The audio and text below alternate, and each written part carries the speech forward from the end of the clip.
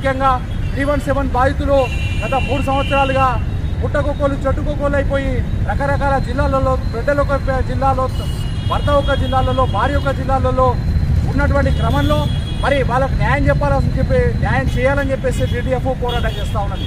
అదేవిధంగా ఇప్పటి వరకు కూడా 28 రోజులుగా సమగ్ర శిక్ష ఉద్యోగులు ఆయా జిల్లా కేంద్రాలలో నిరవధిక సమ్మెలో ఉన్నారు.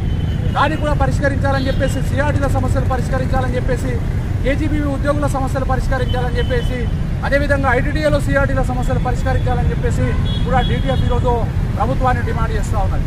అదేవిధంగా ప్రభుత్వ పాఠశాలలు బలోపేతం చేయాలని చెప్పేసి, విద్యార్థులకు అనుగుణంగా పోస్టులు మంజూరు చేయాలని చెప్పేసి, అదేవిధంగా ఏజెన్సీ DO పోస్టులు భర్తీ చేయాలని చెప్పేసి, రెగ్యులర్ DO పోస్టులను ఇవ్వాలని చెప్పేసి ఈరోజు DTFగా డిమాండ్ చేస్తాం. ఈరోజు విద్యా కమిషన్ని కూడా మేము డిమాండ్ చేస్తూ ఉన్నాం.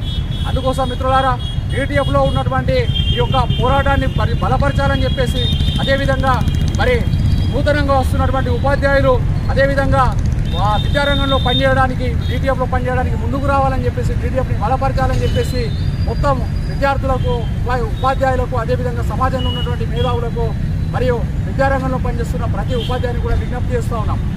317 జీవోను వెంటనే 317 జీవోను వెంటనే ITDAలో ఏజెన్సీ DO పోస్టులను, ITDAలో